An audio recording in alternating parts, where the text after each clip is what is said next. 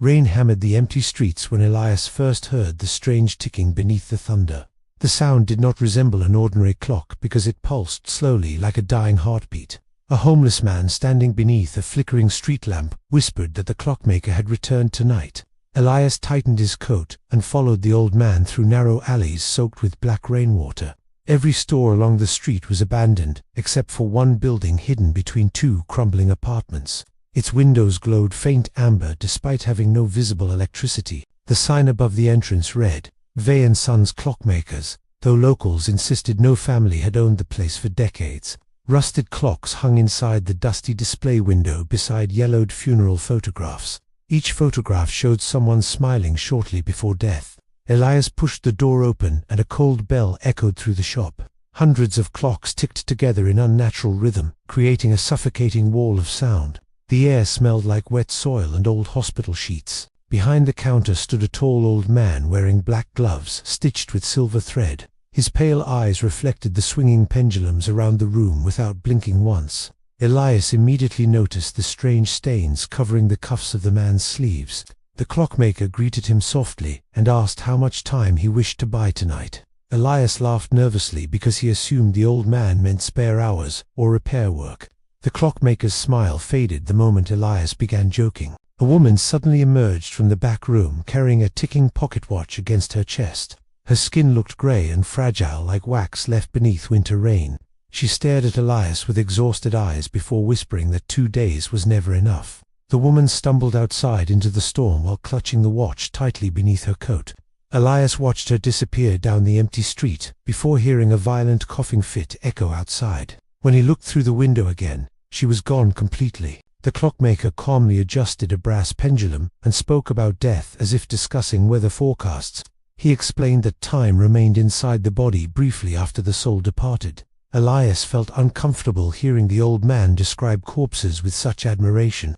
The old man finally invited Elias deeper into the shop, toward a narrow hallway hidden behind velvet curtains. The ticking grew louder with every step until the walls themselves seemed alive.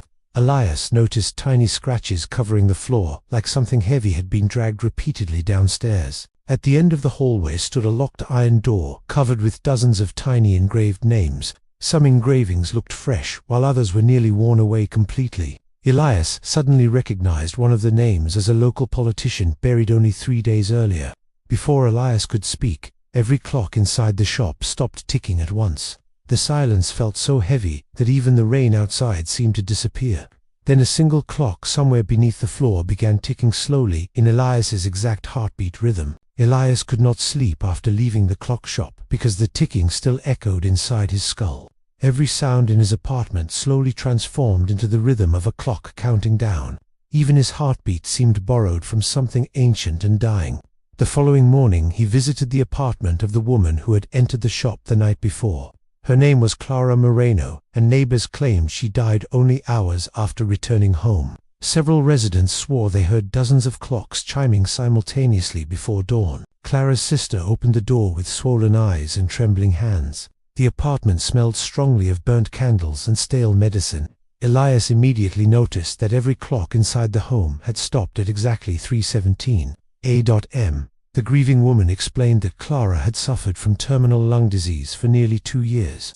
Doctors predicted she would not survive the week, yet she suddenly became energetic after disappearing during the storm.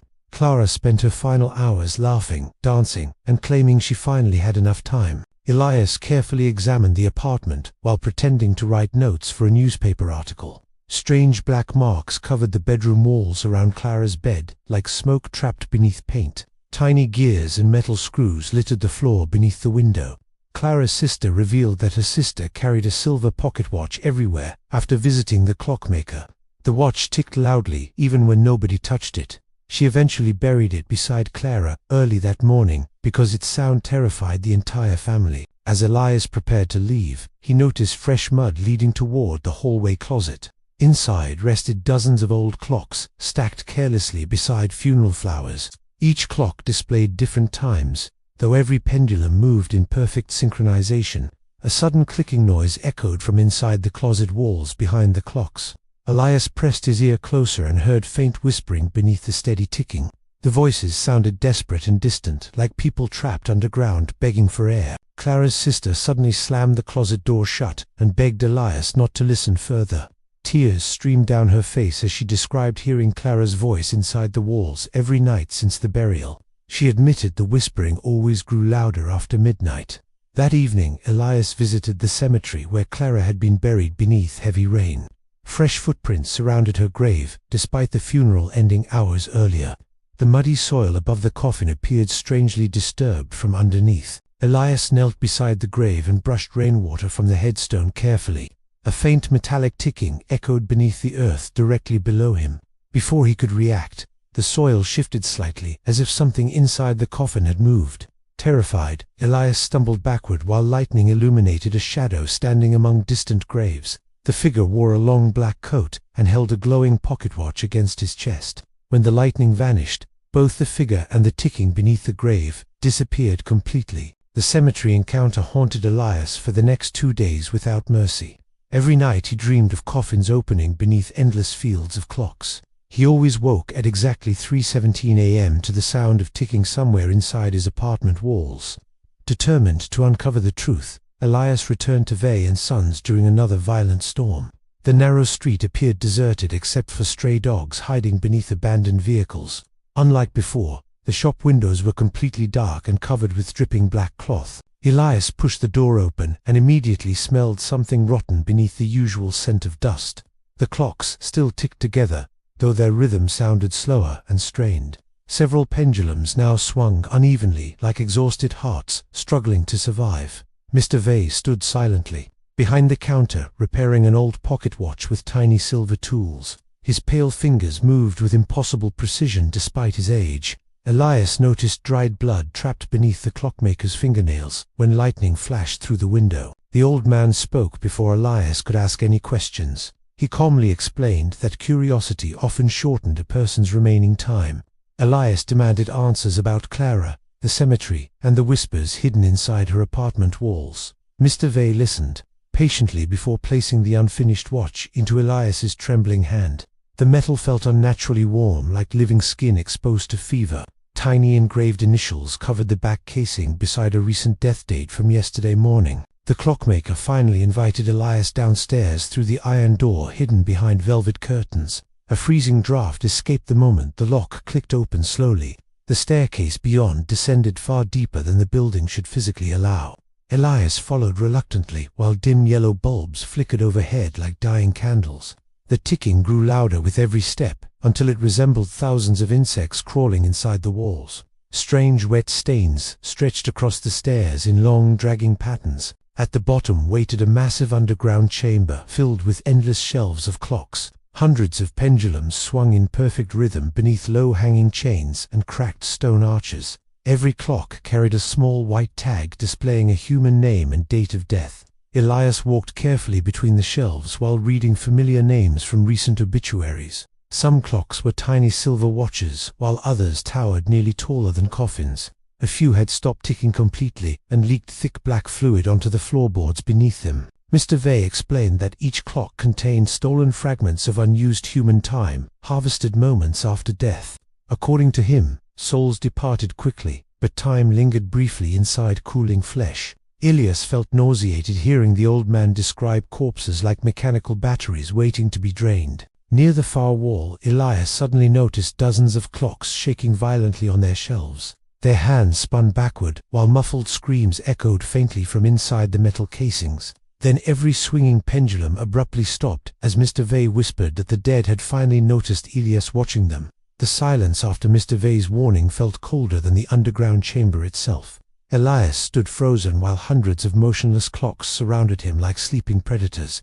Then one pendulum twitched suddenly, followed by another, until the entire basement resumed ticking together. Mr. Vey walked calmly between the shelves while tracing his fingers across brass casings. He explained that wealthy clients paid enormous fortunes for stolen years of life. Politicians, surgeons, judges, and dying millionaires secretly visited the shop during desperate nights. Elias demanded proof because the story sounded too monstrous to believe completely.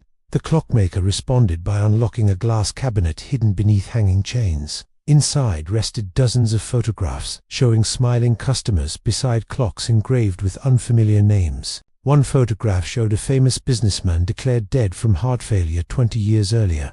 According to newspapers, the man somehow recovered hours before burial without medical explanation. Mr. Vey smiled proudly and revealed the businessman purchased 15 additional years using harvested time. The old man described the extraction process with horrifying calmness and careful detail. He claimed the body retained invisible fragments of unfinished life immediately after death occurred. Special instruments allowed him to transfer those remaining moments into handcrafted clocks before decay destroyed them forever. Elias felt sick while listening to the basement fill with restless ticking around them. Every clock represented stolen breaths, stolen heartbeats, and stolen final memories from the dead. The chamber no longer resembled a workshop, because it felt more like a graveyard trapped underground. Mr. Vey stopped beside an enormous grandfather clock stained with dark fingerprints. Its pendulum moved slowly while faint knocking sounds echoed from somewhere inside the wooden frame. The tag attached to it belonged to a child buried only 2 nights earlier. The clockmaker explained that younger victims possessed stronger and purer fragments of remaining time. Their clocks lasted longer and sold for terrifyingly high prices among desperate clients. Elias nearly attacked the old man after hearing him speak about dead children like valuable merchandise. Before Elias could move, several clocks around the room began chiming violently together. The sounds overlapped into a deafening wave that rattled chains hanging from the ceiling. Mr. Vey calmly whispered that the basement disliked emotional outbursts from visitors. A sudden scream erupted from deeper inside the chamber beyond the visible shelves. Elias turned toward the darkness and noticed a narrow tunnel hidden behind stacks of broken clocks.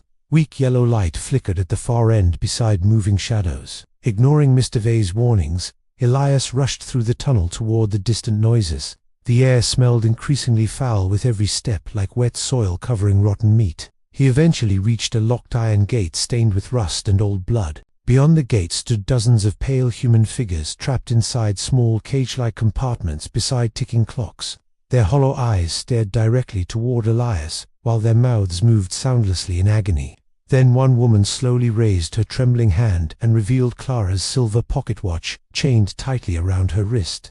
Clara's hollow eyes followed Elias through the bars, while the chained watch ticked against her wrist. The other trapped figures stood perfectly still, like corpses waiting for burial. Their mouths opened silently as if screaming beneath deep water. Elias grabbed the iron gate and demanded to know what the prisoners truly were. Mr. Vey approached slowly from the darkness, carrying a lantern that cast trembling shadows across the tunnel walls. He explained the figures were fragments left behind when stolen time was removed incorrectly. The old clockmaker claimed the soul often departed before the remaining time completely separated from the body. When extraction failed, pieces of consciousness became trapped beside the harvested moments forever.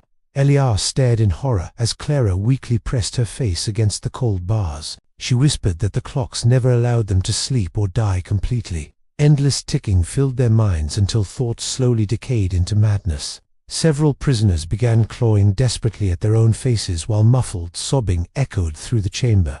Elias backed away from the gate and nearly collided with the nearby shelf of watches. One silver pocket watch suddenly dropped onto the floor beside his feet. Its cover sprang open automatically, revealing his full name engraved beneath the glass. His blood turned cold when he noticed the hands spinning rapidly toward midnight. A small tag attached to the chain displayed tomorrow's date in faded ink. Mr. Vey quietly admitted the watch contained Elias's remaining lifespan.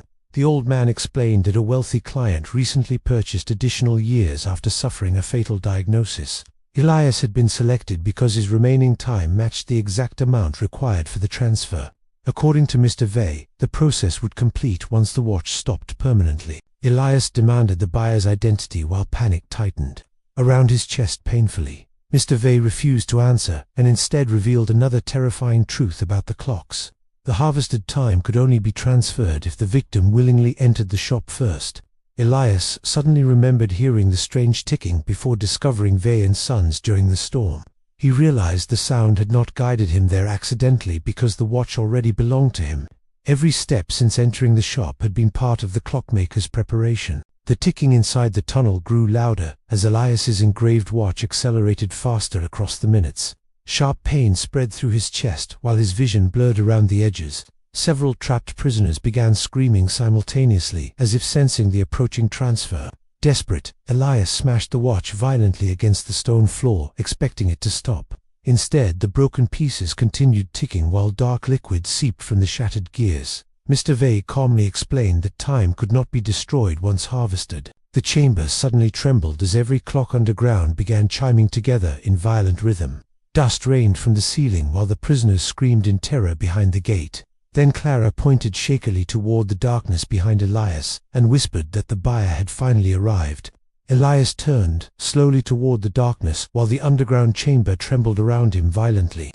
Heavy footsteps echoed through the tunnel beside the relentless chorus of ticking clocks. A tall figure emerged wearing a black medical coat stained with rain and ash. The stranger removed his hood and revealed the face of Dr. Bernard Hale, the city's most celebrated surgeon. Elias immediately recognized him from countless newspaper articles praising his miraculous recoveries and impossible operations. Hale smiled weakly while dark veins pulsed beneath the skin around his eyes. The doctor admitted he had been dying from a rare neurological disease for nearly a year. Every treatment failed until Mr. Vey offered additional years harvested from suitable victims. Hale coldly explained that saving thousands of future patients justified sacrificing one unknown journalist. Elias staggered backward as the engraved pocket watch continued ticking inside his trembling hand. The second hand now lurched violently toward midnight with mechanical desperation.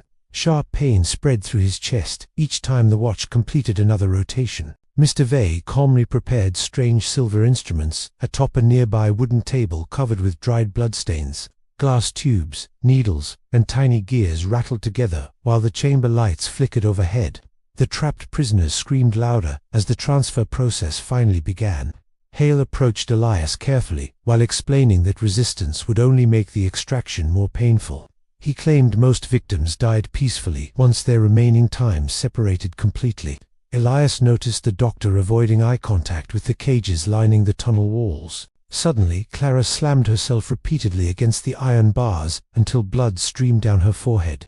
Her chained pocket watch sparked wildly as the other prisoners joined her violent struggle. The entire basement filled with deafening screams and unstable ticking rhythms. The clocks throughout the chamber began spinning backward faster than before. Pendulums snapped from their chains while black liquid poured across the stone floor like spreading oil. Mr. Vey shouted in panic because the harvested time was becoming unstable. Clara finally forced her arm through the broken bars and hurled her silver watch toward Elias. He caught it instinctively moments before. Her body collapsed motionless against the cage floor. The watch immediately grew burning hot inside his palm.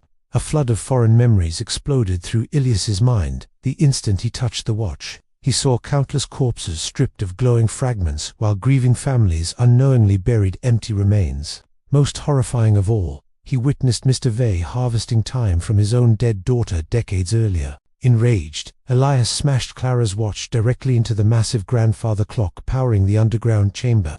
The collision unleashed a violent shockwave that shattered hundreds of clocks simultaneously. Trapped screams erupted from the broken casings, while the basement walls cracked apart around them. The chamber collapsed as liberated fragments of stolen time spiraled through the darkness like furious ghosts. Hale vanished beneath falling stone while Mr. Vey burned silently inside a storm of spinning gears and shattered glass. Elias escaped into the rain moments before the entire shop disappeared forever. Police searched the street for days after nearby residents reported hearing explosions beneath the pavement. Investigators found no trace of Vey and Sons, no underground chamber, and no evidence the building had ever existed there at all. Elias became obsessed with proving the nightmare had been real, but every witness either vanished or refused to speak. Weeks later, the journalist returned to his apartment, carrying boxes of research he no longer understood. He discovered every clock inside the building had stopped at exactly 3:17 a.m. once again.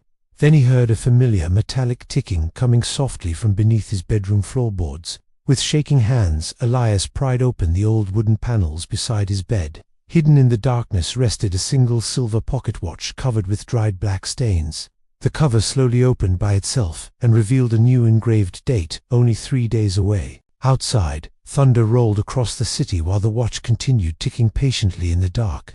Elias suddenly understood the horrifying truth that the destruction of the chamber had not ended the harvest. Somewhere beyond the storm, another clockmaker was already waiting for him.